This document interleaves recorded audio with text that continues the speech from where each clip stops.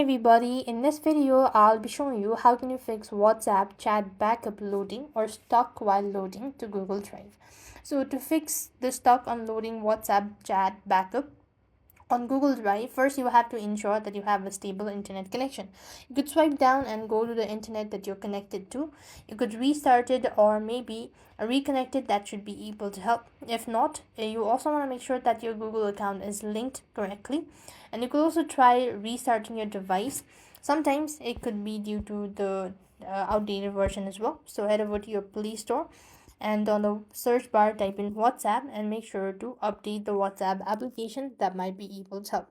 Now if you have also enable a lot of options, or if you have a storage full, that could also be one of the reason why they're stuck on the backup.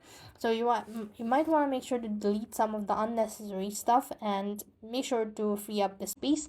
That might be able to fix. So these are a couple things you could try to fix WhatsApp chat loading stuck while uploading to Google Drive. I hope the video was helpful. Make sure to like, share, and subscribe. Thank you for watching. See you in the next video.